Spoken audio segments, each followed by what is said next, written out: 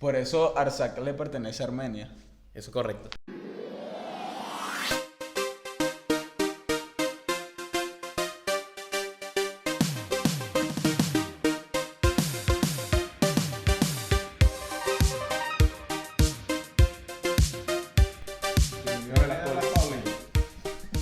¿Qué más, mi gente? ¿Qué más?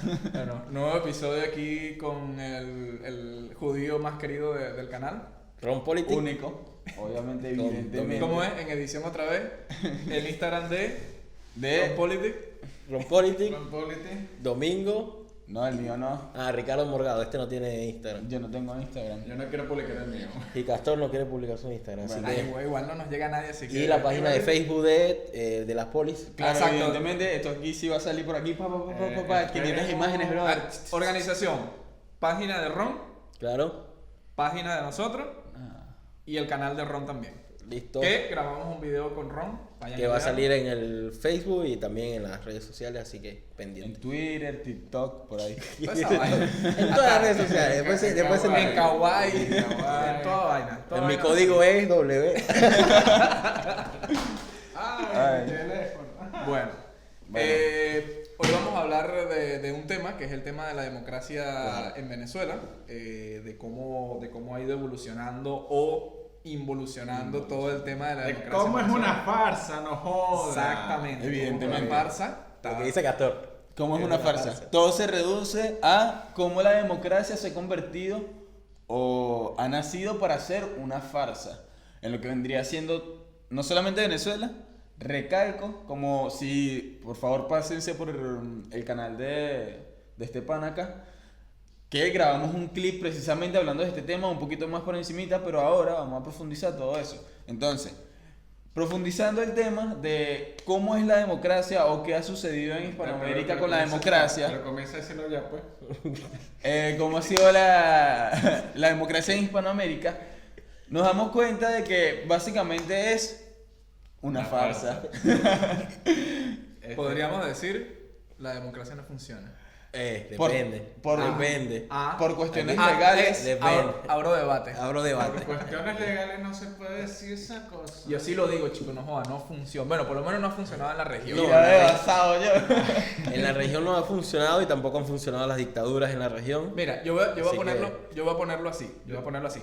En la región ha sucedido un fenómeno que es que hemos pasado, cuando hemos tenido dictaduras, podríamos decir, de derecha o dictaduras militares, eso ha dado pie a que hayan sucedido ciertas cosas, o sea, hayan dado ciertos acontecimientos, los cuales después dan pie para que entre una nueva era de democracia, Claro. la cual se toma muchas licencias diciendo lo que pasó anterior Claro. hay que cambiarlo. Entonces, yo pongo el ejemplo, por ejemplo, Venezuela, cuando pasa lo de Pérez Jiménez, Claro. pasamos a la era democrática y se toman muchas licencias, las cuales podemos decir que no estuvieron muy bien, pero como está el aliciente de que tuvimos una dictadura, lo mismo pasó aquí en Argentina. Sí, lo Con mismo. el no volverán.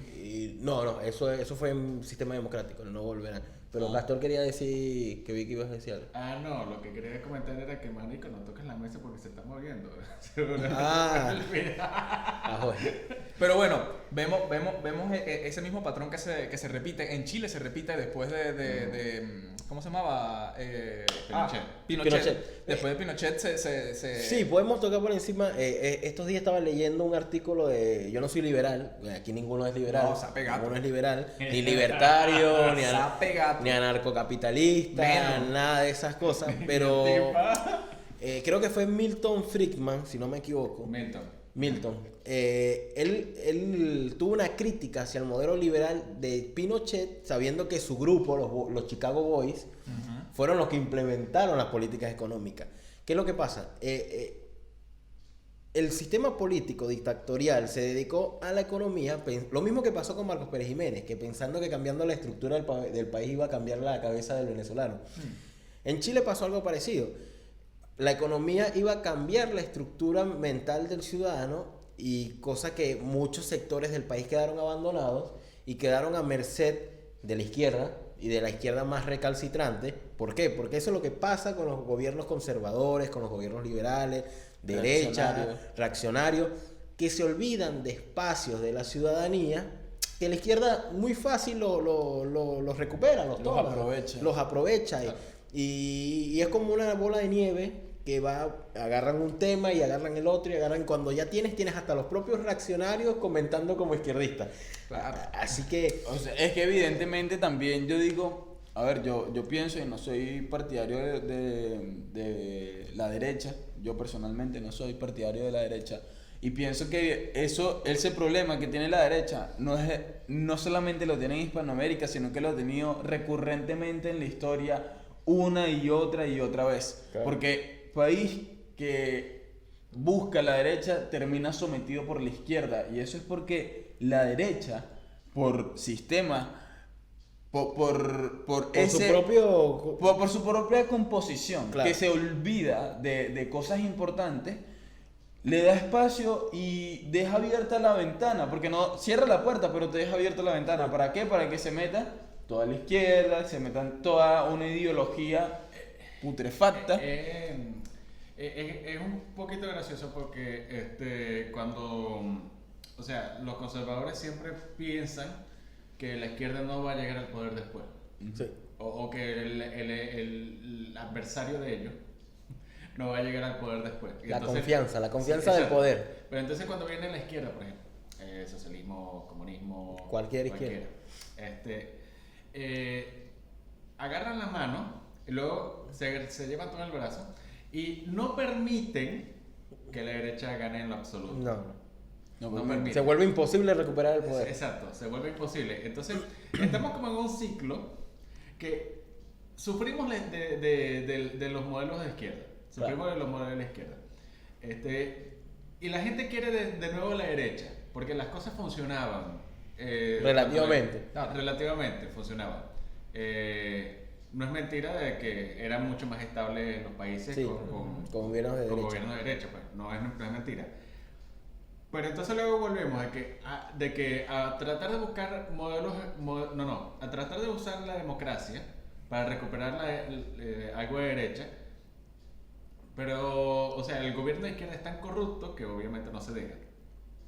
Pero entonces suponte que quede o que se permita que haya un gobierno de derecha y no hay un cambio drástico que permita que lo que pasó no vuelva a pasar. Sino que, por ejemplo, no sé, aquí en Argentina, por ejemplo, era un Macri. No es para decir que Macri sea de derecha ni para nada. Pero su gobierno es un gobierno de coalición. De coalición. Sí. Tiene gente de derecha y de centro e izquierda, pero no tiene gente de izquierda como la conocemos nosotros. Sí, pero la llaman de derecha. Sí, por la mayoría de las lo más de derecha ahí dentro de esa coalición es el PRO. Pero y eso es centro derecha. Sí, eso es centro derecha medio raro, porque tiene un montón de cosas que no están definidas. Sí. Pero después de varios gobiernos, por ejemplo de Cristina, por ejemplo. Sí. Que no eran, o sea, obviamente las políticas de Cristina no eran arrechas ni nada, pues, pero entonces como Macri no solucionó el problema, o por ejemplo Donald Trump tampoco no solucionan los problemas, lo sacan en voto de venganza, pues. Sí, voto venganza, el famoso voto venganza. Voto venganza, y entonces vuelven a poner a un socialista. La cosa se va intensificando y entonces... Próximamente vuelve a ganar el PRO este año y vuelve a ganar Macri y vuelve a ganar... Ojo, no Macri porque empiezan a entrar los liberales y los conservadores más duros y estas elecciones de este año están un poco más peleadas.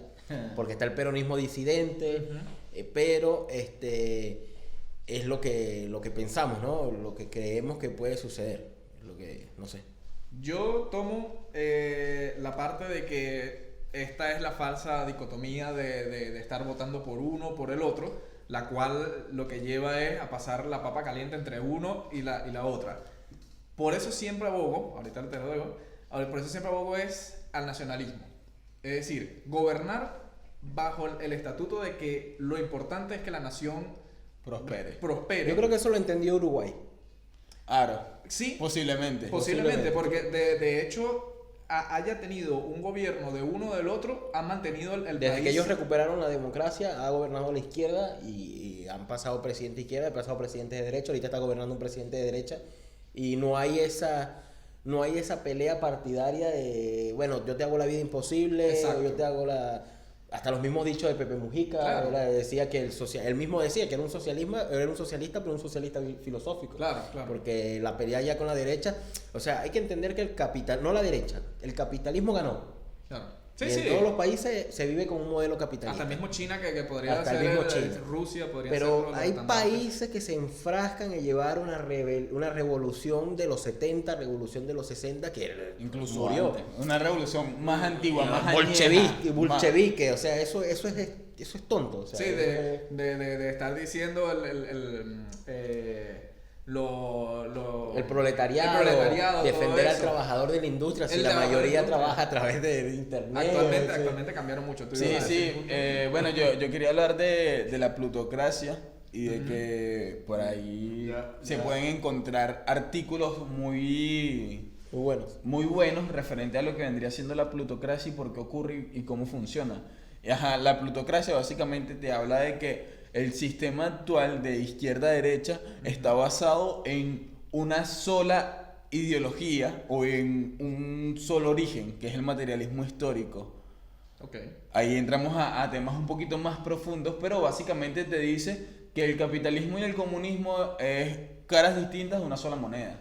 Es solamente eso, por eso ocurre el ciclo, por eso ocurre el ahora estás tú, ahora estoy yo, y no solamente es un ciclo político, no solamente es un ciclo de que yo estoy ahora en el poder, sino es un ciclo filosófico, es un ciclo ideológico que tú piensas, bueno, porque este me hace esto, si este me dice que no me lo va a hacer, ¿sabes? Entonces lo voy a este, entonces después es este el que me lo dice, ¿sabes? Es un ciclo. Pero es ya hay un- países, disculpa que te interrumpa, hay países que ya superaron eso. Porque el materialismo, o sea, la verdadera pelea izquierda y derecha empieza a principios del siglo, finales del siglo XIX, principios del siglo XX.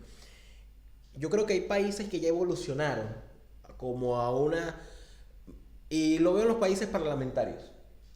Los Ok. países parlamentarios evolucionaron a buscar la forma en que su pueblo esté mejor. Que el país... Hay nuestras ideologías dentro del parlamento. O sea, yo puedo llevar, porque como saben, un parlamento funciona llevando leyes. claro. Leyes que se debaten para ver si se aprueban. Y creo que en un parlamento, y además en un país parlamentista, creo que se dice así, creo que hay más diferencia ideológica. Claro. Hay más que un país presidencialista, porque yo creo que la carrera presidencial, y ahí van a ver mi sesgo parlamentario, la carrera presidencial es quien pone el emperador. O sea, Ajá, claro. ¿qué de los dos bandos corona el rey? Claro, también depende de qué... Es como una pelea medieval, si lo También pones a ver. depende de qué tipo de parlamentarismo estemos hablando, porque por ejemplo en España sucede el tema de que forman coaliciones, es decir, tú votas a los diputados, esos diputados después forman coaliciones y el que más votos obtenga de esa coalición... Que se queda con el primer ministro. No, o presidente directamente. Entonces, como tal, tú como pueblo no eliges a un presidente y ese grupo parlamentario está bastante fraccionado y vemos que nunca trabajan en conjunto para Pero la nación. yo defiendo las alianzas políticas. ¿Por qué? Hablemos de debate aquí. Porque aquí podrían haber 4 partidos distintos. Ajá. Domingo tiene su forma de pensar o sea, la respeto y todo, o sea, somos Yo no amigos. respeto la tuya, mano. No. Pero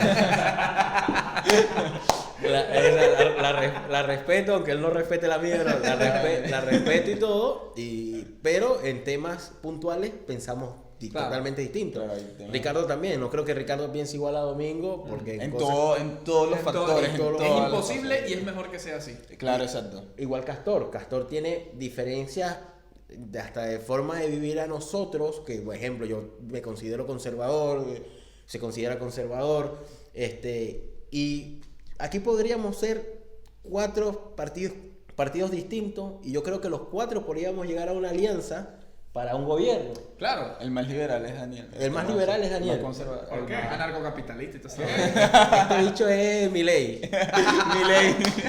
Milei Lover. ¿Qué? No, mentira. No, pero mira, ve, por ejemplo, tenemos el ejemplo de los países nórdicos, Claro. donde son países también parlamentarios, pero que todos van aunados a un mismo camino, que es que el país Crezca.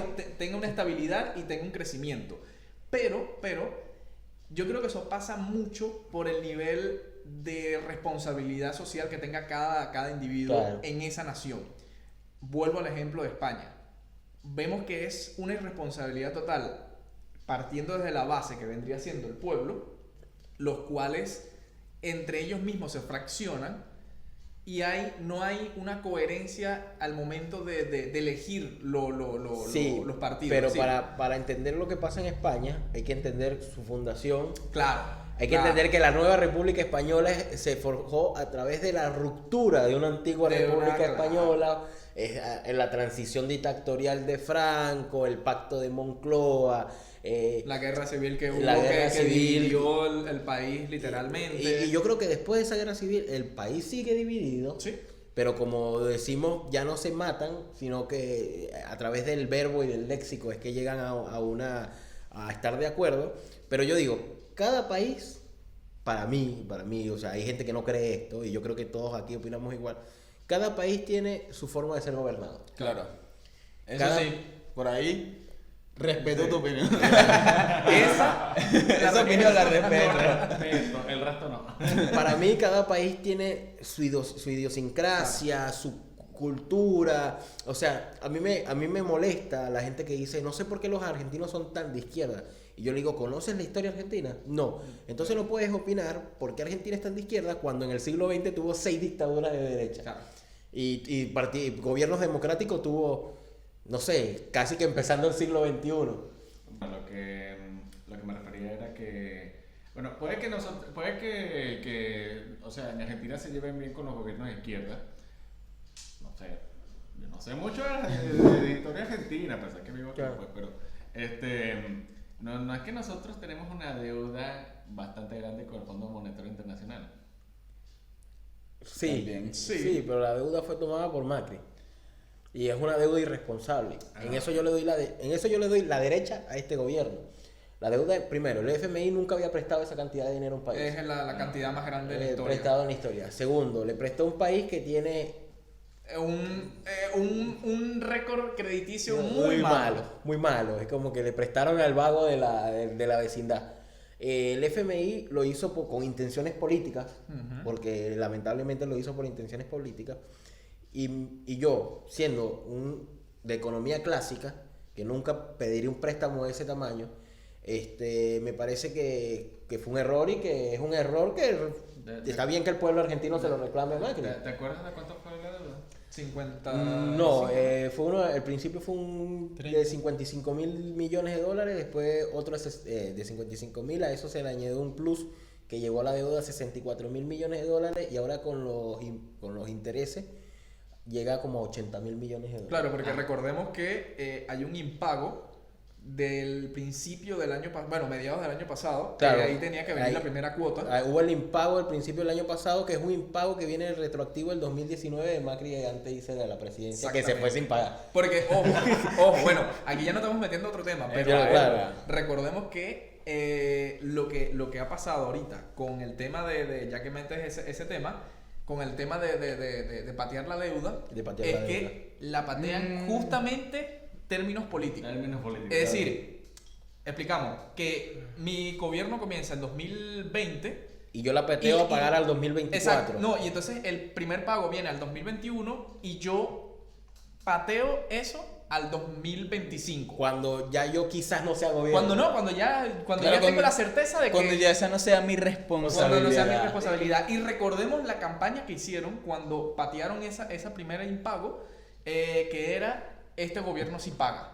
Y pagamos y no sé qué cosa. Yo tengo conocidos que son kirchneristas. Claro. Y ponían por las historias, este gobierno sí paga, que Yo no sé qué conozco a cosa. nadie, hermano.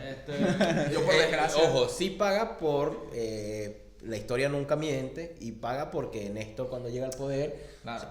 también agarra un país en No, colapso. pero es que estos no son Néstor, mano. Bueno, no es Néstor, pero agarra un país gobernado por la izquierda que hizo un desastre político. Él viene, llega, paga la deuda, también reestructura un montón de cosas.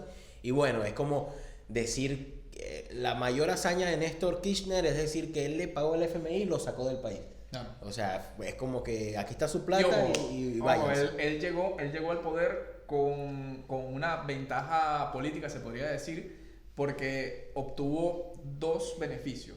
Primero, el efecto rebote de una economía que venía alta, que cae en picada, Claro. y obviamente eso siempre tiene un efecto rebote, Claro. como lo que está pasando ahorita en la pandemia con muchos países que tienen el efecto rebote. Y segundo, que tuvo la suerte de que en ese momento hubo una alza histórica De la soja. de la soja, que es la principal exportación de Argentina. Entonces tuvo esos dos efectos, los cuales hicieron que Argentina por varios años tuviera un superávit, es decir, que ingresara más de lo que gastaba, cosa que Argentina no conoce hace décadas. Sí, hace décadas no sé. Y- Como yo. Y bueno, ese se podría llamar el milagro de Néstor, que en sí no fue mérito de él, es básicamente estar en el momento No, en realidad no fue indicado. mérito de él porque ya antes el mérito político lo tiene un peronista que se llama Duhalde. A Duhalde, claro. El cabezón Duhalde, Sí, le sí, dicen sí. así. Uy, se ha Sí. pegado, hermano. ¿Tú te imaginas Le todo dice- lo- bueno, pero hizo es el el, chinazo? pero es el apodo político Claro. del expresidente, ¿no? Y es el que pone a... Porque él... ¿Qué es lo que pasa? Él fue el presidente de la transición. Ujú. Y él es el que llama a Néstor Kirchner, un tipo que viene del sur, Claro. de Santa Cruz, o sea, algo que no... Aquí los presidentes, la mayoría son de la zona porteña. Es alguien que viene del sur, de Santa Cruz, es más, lo llamaban el pingüino. Y es el que le da los votos, o sea, le da los votos de la provincia de Buenos Aires para que él sea presidente. Porque en esas elecciones va Menem a la carrera política. ¿Qué es lo que pasa? Menem estaba así de ganarle, no sé, era una fracción muy corta de ganarle a Kirchner, pero Menem no tenía los fiscales electorales que necesitaba la provincia de Buenos Aires. Y como no tenía esos fiscales electorales, Menem se retiró de la carrera, no fue al balotaje. Él se retira en primera vuelta y automáticamente Kirchner gana. Ojo, dos personas que vienen del mismo partido político, pero con ideas distintas. El Partido Socialista. Vienen del Partido Justicialista, Menem viene del Partido Justicialista de La Rioja, de una región, y los dos provincianos. Sí. Menem venía con la experiencia de haber sido presidente, del boom del 1 a 1, de los 10 años de estabilidad y de todo el tema. De la deflación. Y Kirchner viene de gobernar la provincia de Argentina, que siempre tuvo superávit fiscal en su gobierno, que era la provincia de que había empezado el petróleo, la provincia de la inyección económica. Entonces eran como dos titanes provinciales que iban a la lucha electoral. Y a mí me parece que la única vez, muchas veces que ha pasado en Argentina, que sí hubo una verdadera lucha electoral y no hubo una de la que estamos criticando, fue esa lucha electoral. Claro. O sea, eso sí fue una verdadera Comienzo lucha del siglo XXI. Comienzo del siglo XXI. Eso fue en 2002, creo que Sí, fue la comienzo, elección. ajá. Cuando yo nací. Una verdadera lucha electoral porque ahí venían de dos partidos, pensamientos distintos, hubo Venía la democracia de Argentina, de la economía argentina de un quiebre del muy quiebre del importante. 2001, de la Rúa, de gobernar la UCR, que es la Unión Cívica Radical, que es la izquierda argentina, es la verdadera izquierda. O sea, Argentina tiene dos partidos históricos, que es el peronismo y la UCR, la lista 2 y la lista 3. Uno es el partido justicialista, nacionalista, y el otro es el partido del Internacional Socialista de izquierda y... Comunista, Que los radicales. básicamente. Sí, los radicales son una especie de socialdemócrata, Mi madre. pero con una estructura argentina, o sea... Socialdemócratas liberales cristianos. O sea, ellos culo. ellos tienen una mezcla... Metieron en la licuadora así un montón de cosas. Ellos y... tienen una La mezcla... escalera la chica superpoderosa. Ellos tienen una mezcla política rara y tienen a los peronistas, que es un partido de tercera posición, de la teoría Basado. justicialista, nacional sindicalista, un partido nacional, desarrollista, Sí, y un montón de cosas que, bueno, busquen por internet. mira, Volvemos. ahora yo quiero traer un tema aquí a la mesa. Sigue queriendo. ¿Cuál pues. es el tema, El profesor? tema, esto lo estábamos tocando Domingo y yo hace un tiempo, que es el tema de si está bien o no, o cómo se tendría que implementar el tema de que el Estado recupere o intente mover la economía con la obra pública. Eso lo estábamos tocando hace un tiempo. Yo tengo una postura, tú tenías una postura distinta. Bueno, Castor me Y imagino yo que estoy en blanco completo. Y Castor está como cosa rara. Bueno, chama, me estoy despertando ahorita, pues. ¿qué te No, pasa? no, pero está bien porque él es imparcial en estas Exacto. cosas. Él va a escuchar nuestra opinión y después va a y decir. no sé, que algo. desarrolle Entonces, domingo. Bueno, mira, yo te voy a comentar, ¿qué pasa con una economía que se sustenta o de dónde nace, no? La teoría de que una economía se puede sustentar, se puede desarrollar a través de la obra pública. Realmente esto nace de el pensamiento precisamente de Marcos Pérez Jiménez. Nace en una entrevista que le hicieron a Marcos Pérez Jiménez, La Silla Caliente, no sé cómo era la vaina, esos programas de ayer, todavía no había nacido. Yo todavía no había nacido. ¿Qué pasa con esto? Que él viene y dice, yo fielmente creo que tú, mediante las megaconstrucciones que caracterizaron mucho su gobierno, puedes mantener el país en movimiento, puedes mantener la economía en movimiento. Y por eso se vio que dentro de su gobierno hubieron tantas megaconstrucciones, hubieron tantas cosas que sin precedentes, construcciones sin precedentes, precisamente porque él buscaba eso. Él buscaba un movimiento del trabajo, donde el trabajo sea el que construya la nación y luego la infraestructura de la nación pueda generar el trabajo. Ahí es donde nace el tema, no solamente es yo a través de la obra pública puedo financiar a la gente, sino que a través de la obra pública financio la infraestructura del gobierno o de la nación, que luego esa infraestructura va a dar trabajo a la gente, al Ahí. pueblo. Bueno, pues intervengo. Ahí creo que entras en un bache económico. Okay. ¿Por qué? Porque la obra pública, y que es público, cuando es público no es de nadie. ¿De dónde se financia? O por emisión o a través de impuestos. O debes tener algún commodity lo suficientemente alto que pueda sustentar esas obras públicas que no son baratas. ¿Qué otra parte? Latinoamérica está metido en un problema con la empresa brasilera Obedrecht. ¿Cuál fue el problema? Eso mismo, la obra pública. Como la obra pública ha sido el principal sector de corrupción en Latinoamérica, sabemos que es como decimos ahorita, los gobiernos que patean la deuda. Claro. No sabes si tú vas a durar 4, 10, 20 años en el poder. Quizás tú empiezas una obra pública en tu gobierno y el otro gobierno no la adelanta, ese dinero queda perdido, el otro gobierno empieza con una obra pública y quedan, como pasa en Venezuela, estructuras sin desarrollarse. ¿Qué es lo que pasa? Yo creo fielmente que debe haber obra pública, pero esta no debe quitar la obra privada. Es más, creo en las concesiones del gobierno. El gobierno debería conceder espacios públicos, porque lo que es público es el espacio, y que una empresa privada que te financie, que consiga préstamos crediticios al banco o al mismo Estado, pero que los pague, venga y construya una obra al país y de lo que sea. ¿Por qué?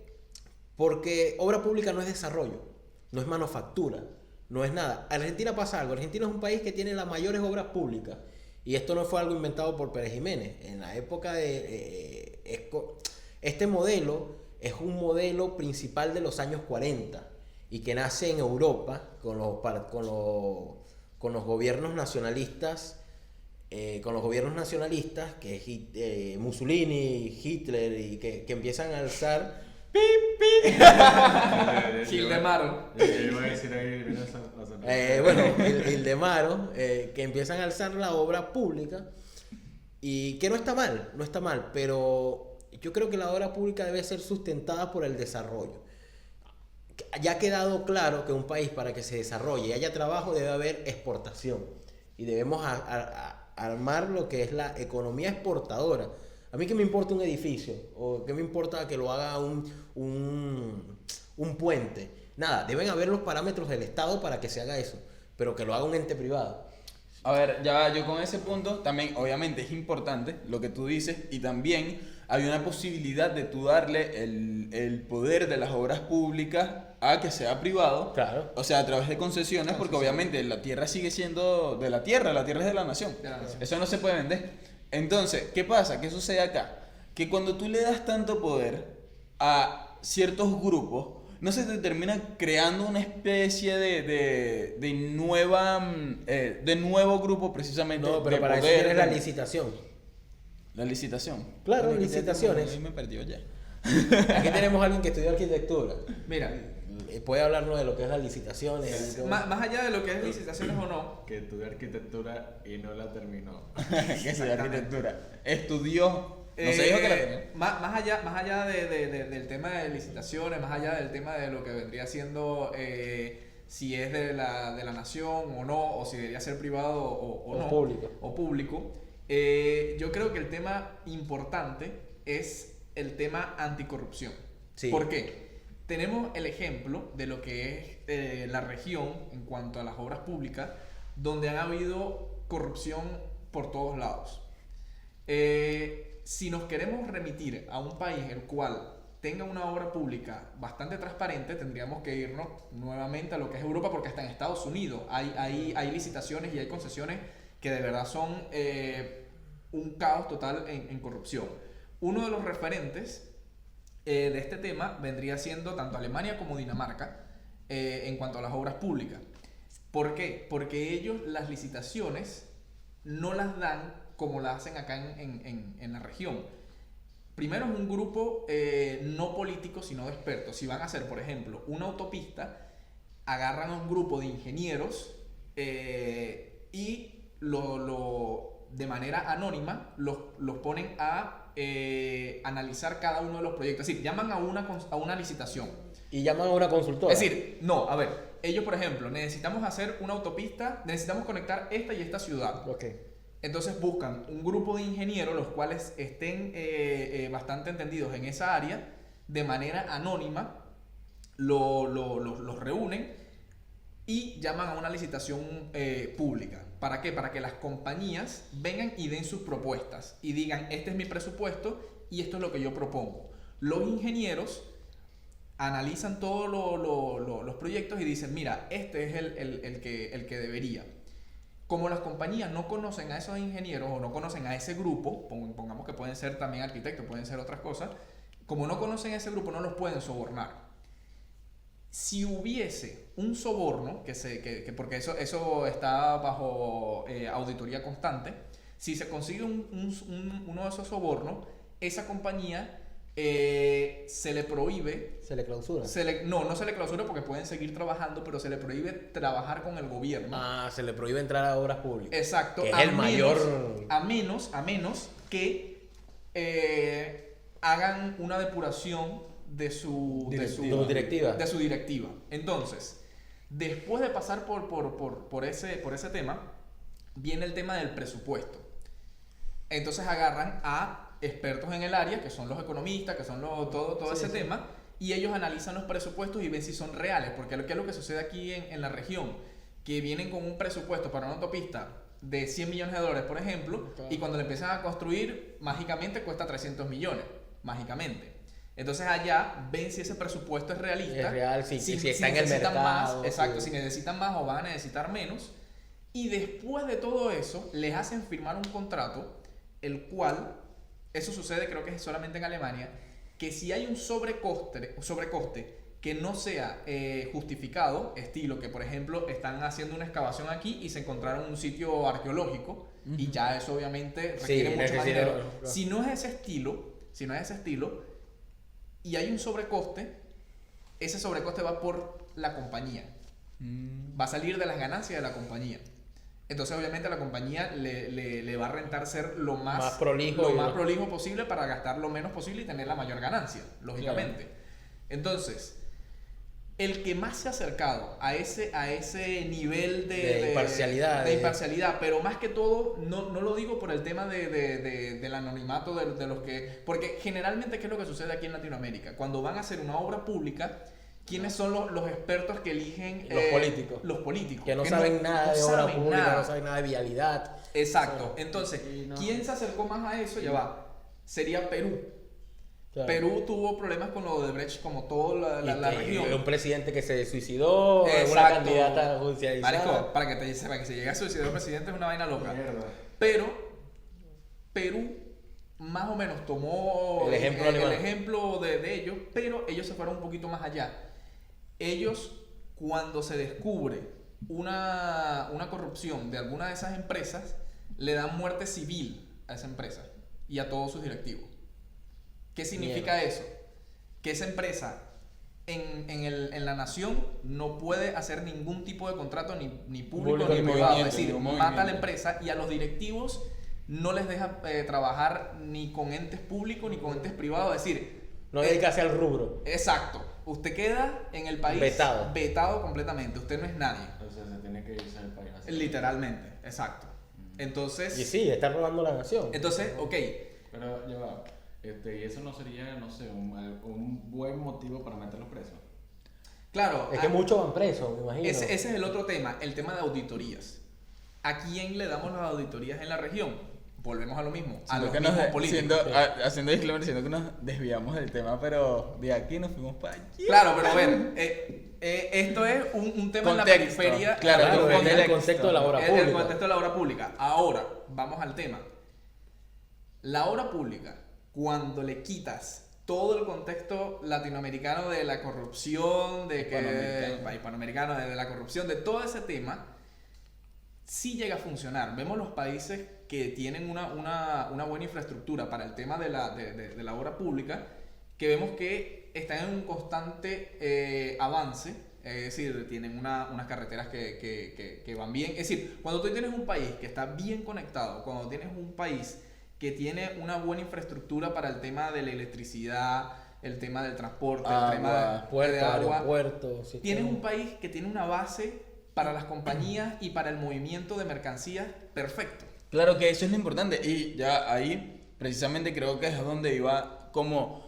Porque, ok, todo esto es un sistema, de todo lo que hablaron, es un sistema que se ha ido desarrollando con el tiempo para intentar solucionar algún tipo de problemas que suceden cuando se necesitan hacer este tipo de obras públicas, de cuestiones.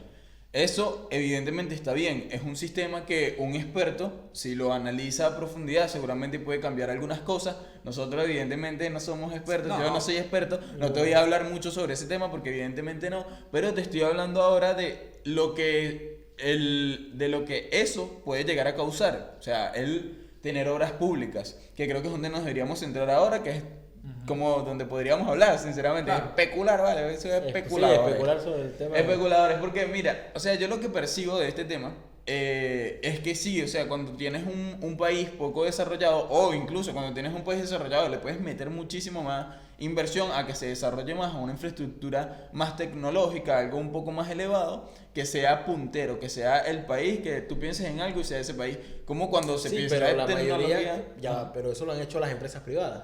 Claro, y es que ahí es donde está el punto, pero es que tú no puedes coordinar aquí, en Hispanoamérica, en nuestra región, no puedes coordinar empresas privadas nada más queriéndolo. Tienes que hacerlo a través del esfuerzo real que te otorga el poder del gobierno. ¿Por qué? Porque tú no puedes simplemente decir, sí, bueno, que vengan y hagan todo, pero ¿quiénes son los que van a venir? Pero ¿Y por con eso- qué No, infraestructura? pero ya va. Claro, ¿y con qué infraestructura? Pero van a para venir? eso necesitas la empresa que genere la infraestructura. O sea, el gobierno no puede. Yo soy estatista. No soy liberal, como ya lo he especificado 1000 veces, pero yo tengo mis límites como Estado. O sea, ¿qué es el problema de Latinoamérica? Que el Estado quiere estar metido en todo. Claro. O sea, el Estado quiere estar metido en la obra pública, quiere estar metido en la luz, quiere estar metido en el agua, quiere estar metido en el A petróleo. ver, hay que saber, el Estado no es empresario. El Estado no es empresario. Pero el Estado debería funcionar como una empresa, funcionaría Pero- mejor. No. A ver, ahí difiero, porque el Estado no es empresario, pero tampoco el Estado tiene que estar totalmente disociado. Disociado. De eso. No, el debe haber Estado un, tiene debe haber que- un equilibrio casi tiene que armónico. tiene que dar las bases. A ver, por ejemplo, yo entiendo tu punto de el tema de las empresas y también entiendo tu, es decir, el tema estatista y el tema de las empresas, pero tampoco, por ejemplo, queremos un Google en la región. Claro. Chévere, lo queremos, perfecto. Pero ¿qué necesitan? A ver, necesitan un sistema eléctrico el cual vaya a dar Abasto. cabida a todos los servidores que necesitaría un Google latinoamericano. Necesitarías una infraestructura vial para que conecte tanto las oficinas como los Claro, servidores, sí. como esto, como lo otro. Y lógicamente tú no le puedes decir a una empresa, construyete la autopista de aquí, construyete una termonuclear, esto, lo otro. No no es viable, porque una empresa no va a hacer esa inversión. Ahora, ¿quién puede hacer esa inversión? Puede hacerlo el Estado, sustentándose en las concesiones con las empresas privadas y dándole licitaciones para que puedan construirlo y que puedan sacarle retribución económica para que ellos tengan Ahora yo el te hago una incentivo pregunta, de ¿dónde hacerlo. sale la plata? Esa es la cosa. A ver, ¿Dónde ya sacamos va. la plata? Espera. Ya. Obviamente la elección no. Matamos a los ciudadanos con impuestos, siendo que Latinoamérica es un país, uno de la región más pobres, donde el sueldo mínimo no llega ni a $600. Entonces, para hacer obras de gran magnitud necesitas financiamiento en dólares. Claro. Entonces, si tú quieres, vas a reventar al ciudadano en impuestos, donde el ciudadano va a vivir cada vez peor solamente porque quieres crear una infraestructura pensando en el futuro y olvidándote en el presente, sabiendo que olvidándote del presente vas a poner en juego tu poder. Bueno, en este caso te vuelves dictador y ya. En tal caso. Y bueno, pues, O sea, ¿qué vas a hacer, weón? Sí. Mira, en tal caso. pero pones tienes- en juego tu poder, porque dime Claro, qué pero dictadura es que ha pasado obviamente, dime qué pero dictadura escúchame. ha pasado más allá de los 10 años. Escúchame, que ahí evidentemente donde está el problema, que se piensa nada más en el presente, porque tú dices, sí, o sea, No, tú pones, no. si tú nada más vas a pensar en el futuro, No. la gente te va a votar porque va a vivir mal, Te voy de a dar- bola que te va a Te voy a votar. dar el ejemplo alemán. Alemania logró vivir en el presente sin olvidarse del futuro. Por eso es el país más rico de Europa. Porque Alemania entendió que ellos vivían en un presente. O sea, tú no puedes disociar tu realidad en un futuro utópico o distópico, como quieras, sin olvidarte del presente. Alemania logró tener el desarrollo industrial presente pensando en el futuro. ¿Cómo lo hizo? La transformación de los sindicatos alemanes, que fue algo boom, la adquisición y el desarrollo de empresas alemanas, que también la financiación de la tecnología a través del Estado, pero el Estado, ejemplo, en Alemania se construyen los chips, se hacen los chips que van a China para ensamblar los teléfonos. Lo hacen empresas alemanas que pidieron un crédito al Estado y el Estado ya recuperó esa. Pero no lo hizo el Estado alemán. El Estado alemán dijo, ¿ustedes lo saben hacer? Sí, tomen la plata, pagan cuando tengan la plata. Ajá, y para llegar a ese punto, Y no que lo una hizo un empresa, dictador. escúchame, para llegar a ese punto que pueda venir una empresa a pedirte un crédito, ¿qué necesita primero esa empresa? Tener seguridad que tú tienes unas buenas infraestructuras. ¿Cómo se construye la infraestructura? No necesariamente es infraestructura, necesita un Estado legal que le permita que no va a ser expropiado, que no va a ser avasallado, que no va a ser... Vuelvo al punto en el cual yo expliqué el tema de las concesiones y todo eso. Una empresa, para que llegue a considerar hacer un trabajo en un país, requiere un entorno de trabajo seguro. Y un entorno de trabajo seguro es un Estado que le diga, mira, te vamos a garantizar tus derechos como empresa mientras tú te mantengas en unos márgenes los cuales sean razonables para ambos. Es decir, llegar a un debate que ni tire para un lado ni tire para el otro. Es decir, que tire para el lado de la nación, para que sea el progreso en general, tanto de la empresa como de la nación donde se está implantando. Darle seguridad jurídica, darle unos márgenes de ganancia razonable y darle unos márgenes de tiempo para que recuperen su inversión. Después de allí, todo se va dando. Mientras tengas un marco legal el cual no pueda venir cualquier presidente o cualquier grupo político a quitarlo, como pasa en Perú, que viene este nuevo presidente y dice, queremos expropiar todo. Pero es que ahí es donde está el punto. O sea, ahí es donde ya llega, en tal caso, la responsabilidad ciudadana. Porque tú como responsable... O sea, a ver, aquí estamos tratando, y nosotros siempre lo decimos, el ciudadano no se puede tratar como un niño.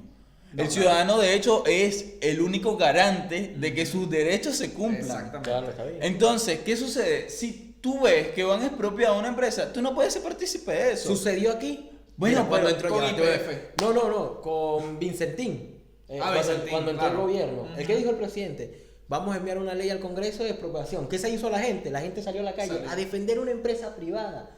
¿Y qué dijo el presidente? Lo podemos buscar en el video. Me equivoqué. Pensé que el pueblo iba a apoyar esta decisión. No, porque la gente entiende que las empresas privadas son totalmente necesarias y traen el desarrollo. ¿Qué es Vicentín? La empresa que más exporta, la empresa que más gente tiene contratada, que que es el tema de alimentos. alimentos. Ajá, Entonces, pero ahora, precisamente y a eso voy. la infraestructura de Vicentín no la creó el Estado. La creó Vicentín. La creó Vicentín. Bueno, pero eso ya son cosas, pero tú me vas a decir, Vicentín construyó una carretera. No, pero es que, sí, pero ya va. Pues tú puedes construir carreteras. Yo no estoy peleando por las carreteras. La obra pública, sí, son carreteras, eso es menor. Una carretera no compende ni el 2% del PBI de entrada de un país, depende de qué PBI sea, ni la electricidad ni eso. Yo hablo de obras públicas como ejemplo, Tocoma en Venezuela. Te lo digo porque mi papá trabajó en muchas obras desde mi abuelo, desde 1960. Y ¿qué es lo que pasa? Con Tocoma se creó la cuarta represa más grande de Venezuela. Tiene daños estructurales. O sea, hay que demoler la represa y volverla a hacer. ¿Se le hizo tu papá? No, no la hizo mi papá. Pero, ¿qué te quiero explicar con esto? Yo creo que hay formas de ver la obra pública.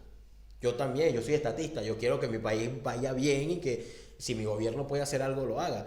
Pero en cuestiones de tecnología no, porque yo sé cómo son los políticos, yo sé cómo eso va a ser un avance más político que cualquier cosa. Y con esto termino, no podemos tener el pensamiento buenista, que es el que yo siempre he estado peleando, que es pensar, como es mi partido, lo vamos a hacer bien, y como yo trabajo con Ricardo, yo sé que Ricardo no, y que yo sé si Ricardo viene con otras intenciones. No, si viene con lo fusilo, papá, no. Por eso te digo, me pongo más. Si el diablo se me pone cómico, se lo acomodo por las costillas. Así que, Castor, no sé. Conclusión. O sea, ¿se puede sustentar una economía a base de obras públicas? O sea, yo creo que el invertir en infraestructura es una inversión que nunca se pierde. No, depende, está bien. Por ahí pienso yo, pues. Si no, salimos ahorita y nos damos unos coñazos. Yo digo que mientras haya un marco jurídico el cual vele por la nación, y eso significa un equilibrio tanto entre la empresa pública como entre la empresa privada, y en la empresa pública me refiero al Estado, mientras haya un equilibrio de ambos y eso le dé un beneficio a la nación a mediano y largo plazo, yo estoy de acuerdo.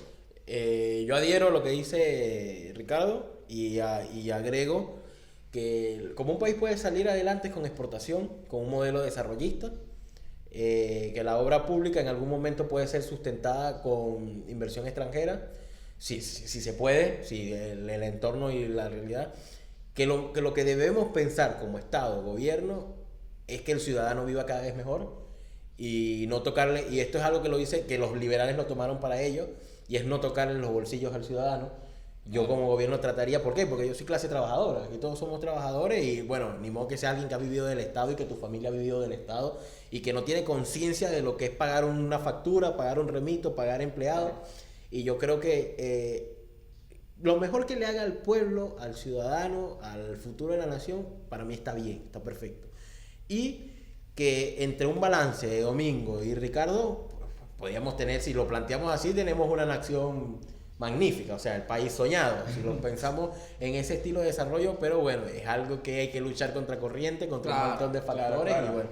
Sí, obviamente, aquí nosotros estamos analizando también algo un poco superficial, como les dijimos. O sea, sí, no somos expertos. Hay cuestiones, hay puntos como eso que explicaste tú precisamente, que coño, marico, se salen de las manos de que, o sea, aquí estamos hablando tranquilo, chavo, relájate, weón. Nada más abriendo un poquito la mentalidad de las personas y ya. No sé si quieren que plantee otro tema, y este es un tema basado. que se podría... Ay, no, este es un tema que se podría ya, volver bastante vamos polémico. a ver qué hora es. Buenas tardes. Ya bien, pues. Bueno, así terminamos. Bueno, me toca despedir. Bueno, no sé qué decir, pues. Nos vemos en otro episodio de Las Polis. Y No bueno, se olviden seguir las redes sociales, Facebook, Instagram de Las Ya, Polis. Pongan todo, que no voy a poner nada, porque queden como unos mamertos aquí así de Las Polis, Ron Politic, Instagram, Facebook, YouTube, ¿qué más? TikTok, bueno. no, eso no.